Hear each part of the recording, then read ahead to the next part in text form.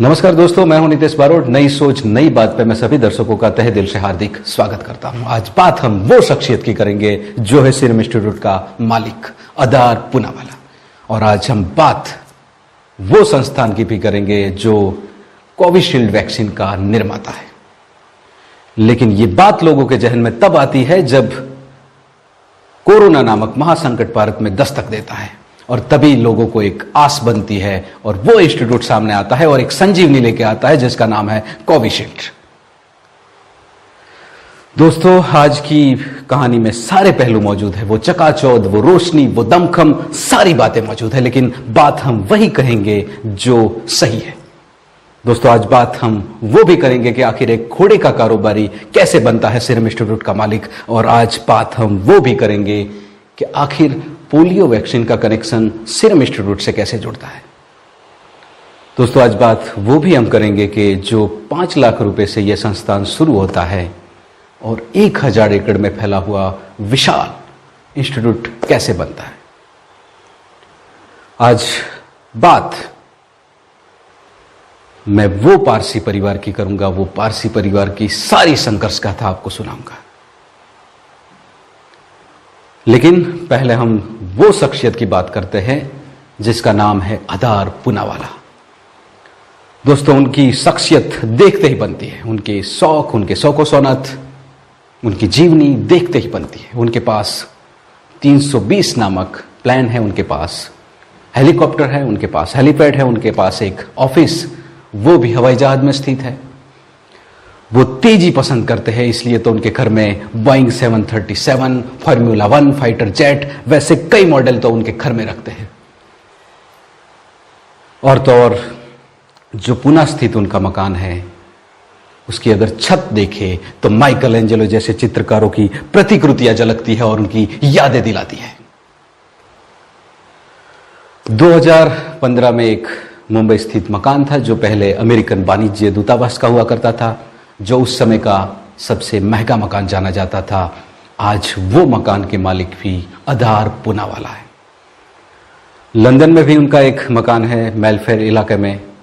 और तो और वो अपने पिता की तरह महंगी कारें रखने का शौक रखते हैं, जिसमें उनके पास 20 महंगी कारें, रोल्स रॉय, फेरारी, बेटेले, लैम्बोर्गिनी जैसी कई महंगी कारें उनके पास रखते हैं।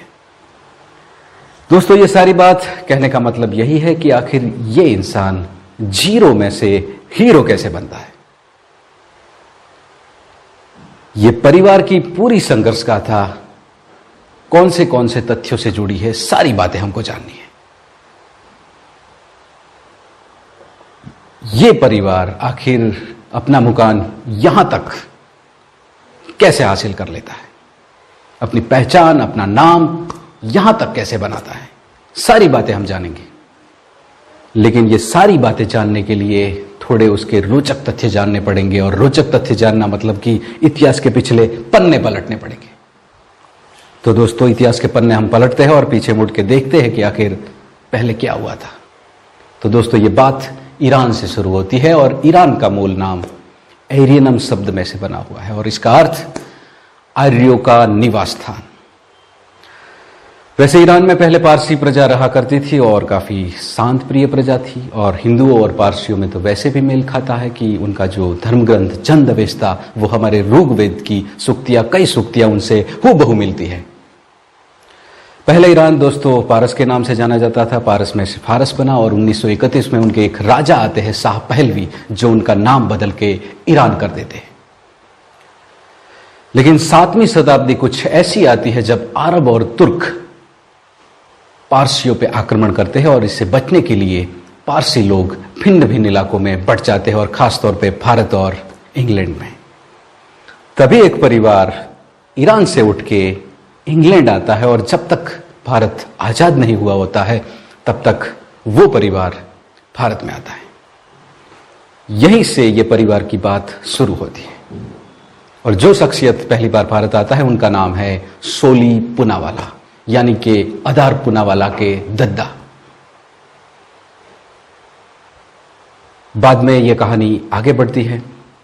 19वीं शताब्दी कुछ ऐसी आती है दोस्तों कि उनका घुड़शाला चलाते हैं, घोड़े का कारोबार चलाते हैं और कंस्ट्रक्शन साइट भी चलाते हैं। सोली पूनावाला के 2 बेटे थे, जिसमें जवेरी पूनावाला और साइरस पूनावाला। दोनों बेटा को बंटवारा होता है और जिसमें साइरस के हिस्से में 40 एकड़ जमीन आती है। साइरस की पत्नी का नाम विलो पूनावाला, वो उस समय की जानी मानी हॉकी खिलाड़ी हुआ करती थी। और साइरस भी अपने पिता की तरह घुड़शाला चलाने लगते हैं, घोड़े का कारोबार करने लगते हैं और जो रेस के घोड़े तैयार करते हैं और जो बुजुर्ग घोड़े होते हैं उनको बेचने का कारोबार करते हैं। और तभी उनसे बड़े बड़े ब्रिटिशरों से मिलना होता था, बड़े उद्योगपतियों से मिलना होता था। उस समय के जो ब्रिटिशर थे वो और जो उद्योगपति थे वो भी घोड़े के शौकीन हुआ करते थे और इसी बात से वो उनसे मिलते थे। और यही बात सीरम इंस्टीट्यूट तक जाने की नींव रखती है। लेकिन तभी मुंबई में एक स्थित कंपनी हाफकिन हुआ करती थी और वो साइरस के पास से बुजुर्ग घोड़े खरीदा करती थी और उसके सीरम और रक्त में से एंटीबॉडी बनाने वाली वैक्सीन तैयार करती थी। और ये बात साइरस को पता चलती है कि आखिर जो हम घोड़े बेचते हैं इसमें से ये कंपनी वैक्सीन कैसे बनाती है और अपना नाम कैसे बना रही है। यही बात पे जो हाफकिन कंपनी का एक साइंटिस्ट होता है उनसे मिलना होता है और वो साइंटिस्ट साइरस को बताता है कि आपके पास इतनी जमीन है, इतनी जायदाद है, तो आप भी एक ऐसी वैक्सीन कंपनी बनाएं, हम आपके साथ हैं। और यही बात साइरस के दिलो दिमाग में उतर जाती है और यही बात सुनते ही वो एक ऐसा इंस्टीट्यूट बनाते हैं। 1966 में एक ऐसा इंस्टीट्यूट सामने आता है जिसका नाम है सीरम इंस्टीट्यूट। दोस्तों, ये सीरम इंस्टीट्यूट का पहला कदम, यहीं से शुरू होती है सीरम इंस्टीट्यूट की पूरी दास्तान। मैं धीरे धीरे बात करता रहूंगा और आपको सब पता चलता ही जाएगा कि आखिर सीरम इंस्टीट्यूट जो एक समय पे घोड़े का कारोबार करते करते कैसे ये संस्थान बनती है। तो 1966 में जो उनका पहला कदम है, सीरम इंस्टीट्यूट, उनकी स्थापना हो जाती है और बाद में तो हाफकिन कंपनी के कई साइंटिस्ट, कई अधिकारी, कई साइंटिस्ट जो हाफकिन कंपनी छोड़ के सीरम इंस्टीट्यूट में आ जाते हैं। दोस्तों, ये बात आगे चलती है, समय का पहिया घूमता है और बात धीरे धीरे आगे बढ़ती है। साल आता है 1971 और तभी भारत में एक 2 रोग दस्तक देते हैं जिसका नाम है कंठमाल और टिटनेस। और लोगों को बचाने के लिए तभी भी यही संस्थान सामने आता है और उनकी खुराक बनाता है, उसकी वैक्सीन तैयार करता है। और ये दोनों महामारी तो मैं नहीं कहूंगा, लेकिन ये दोनों बीमारी से बचाने का काम सीरम इंस्टीट्यूट करता है। दोस्तों, बात आगे बढ़ती है। साल आता है 1985 और तभी एक नया रोग, नई बीमारी भारत में दस्तक देती है जिसका नाम है पोलियो।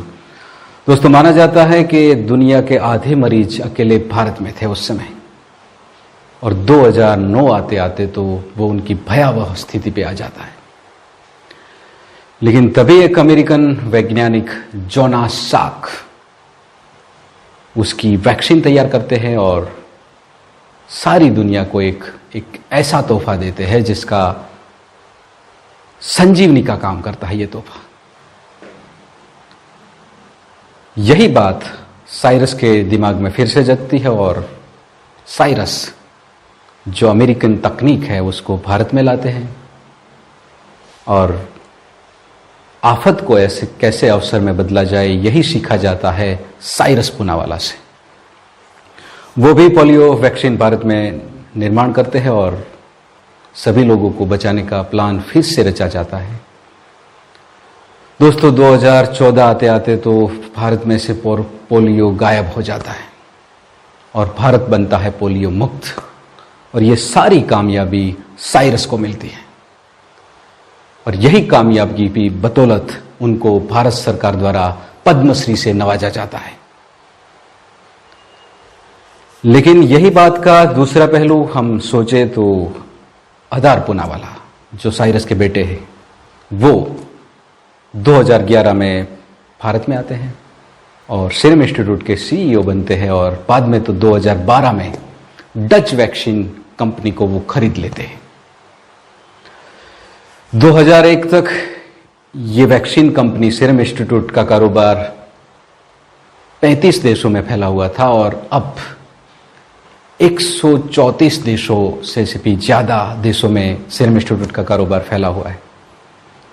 दोस्तों, माना जाता है कि वैक्सीन निर्माण करने में सबसे ज्यादा वैक्सीन बनाने के मामले में सीरम इंस्टीट्यूट अव्वल आती है दुनिया में। लेकिन बात दोस्तों आगे बढ़ती है जब साल आता है 2020 और 2020 में कुछ ऐसा होता है, एक भयावह महासंकट देश में दस्तक देता है जिसका नाम है कोरोना। और कोरोना से लोगों को बचाने के लिए फिर से यही इंस्टीट्यूट सामने आता है जो यूके स्थित एस्ट्राजेनिका है, उसके साथ मिलकर कोविशील्ड वैक्सीन तैयार करता है और वो संजीवनी के रूप में काम करती है। तभी से हमारे सारे दिलो दिमाग में वही बात आती है कि आखिर सीरम इंस्टीट्यूट और कोविशील्ड वैक्सीन, ये सारी बातें चलती रहती हैं, लेकिन उसकी शुरुआत कहां से हुई थी? मैंने आपको बताया कि आखिर घोड़े का कारोबार करते करते वो कैसे बन जाते हैं सीरम इंस्टीट्यूट के मालिक। तो दोस्तों, आज की कहानी में बस इतना ही था। जैसे कि सुर्खियों में और बातें भी चल रही है कि आखिर आधार लंदन छोड़ के भारत क्यों नहीं आ रहे हैं और आधार भारत छोड़ के लंदन क्यों चले गए हैं, ये सारी बातें सुर्खियों में चल रही है। और ये भी चल रहा है कि आखिर कोविशील्ड वैक्सीन की प्राइस के मामले में भी कई बातें चल रही है और उसका कोर्ट में केस भी दायर हो चुका है। लेकिन सीरम इंस्टीट्यूट सभी बातों का खंडन करते हुए कहता है कि हम भारत की संप्रभुता को लेकर, भारत के हितों से हम जुड़े हुए हैं और सारी बातें वो खंडित करते हैं। दोस्तों, आज की कहानी यही थी, लेकिन ये कहानी में से हमको सीख क्या मिलती है? सीख यही मिलती है दोस्तों कि जो इंसान जीरो था और जीरो में से हीरो कैसे बना, वो इंसान दुनिया का 135वें नंबर का धनी इंसान आखिर कैसे बना, और वो इंसान भारत का 6वें नंबर का धनी इंसान कैसे बना, ये मैं नहीं कह रहा हूं, फोर्ब्स की यादी कह रही है। तो इसी बात से हमको सीख ये मिलती है कि आखिर अगर कोई भी कार्य दिलो जान से किया जाए, जी जान से किया जाए, तो उसमें सफलता मिलती है, मिलती है, मिलती ही है। लेकिन शर्त एक ही है, वो काम अच्छा होना चाहिए और देश हित में होना चाहिए। दोस्तों, आज की कहानी में बस इतना ही। फिर से नई सोच, नई बात लेके मैं आपके सामने फिर से हाजिर होऊंगा। तब तक के लिए मैं आपसे इजाजत लेता हूं। जय हिंद, जय भारत।